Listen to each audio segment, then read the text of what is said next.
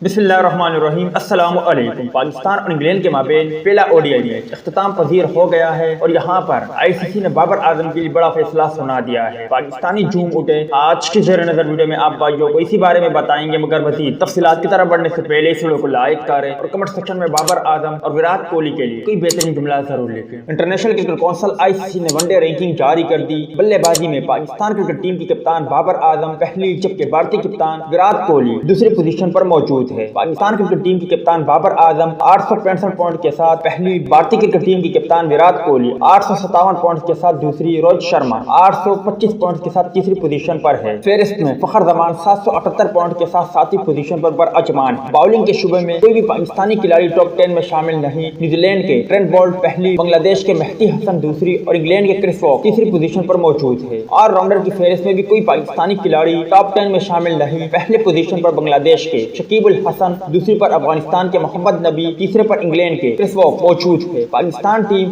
One day ranking में चौथी position पर मौजूद है। पहली पर न्यूजीलैंड, दूसरी पर ऑस्ट्रेलिया, तीसरी पर इंग्लैंड, चौथी पर भारत और पांचवें पर साउथ अफ्रीका मौजूद है। और इसी तरह इंग्लैंड के खिलाफ ओडीआई सीरीज में बाबर आजम के पास एक और सुनहरी मौका है कि वो हाशिम आमला का रिकॉर्ड तोड़कर दुनिया क्रिकेट के बेताज बादशाह बन जाए। उम्मीद है दोस्तों कि आप भी यही चाहते हो। मिलते हैं किसी नेक्स्ट वीडियो में, तब तक के लिए इजाजत दीजिए। अल्लाह।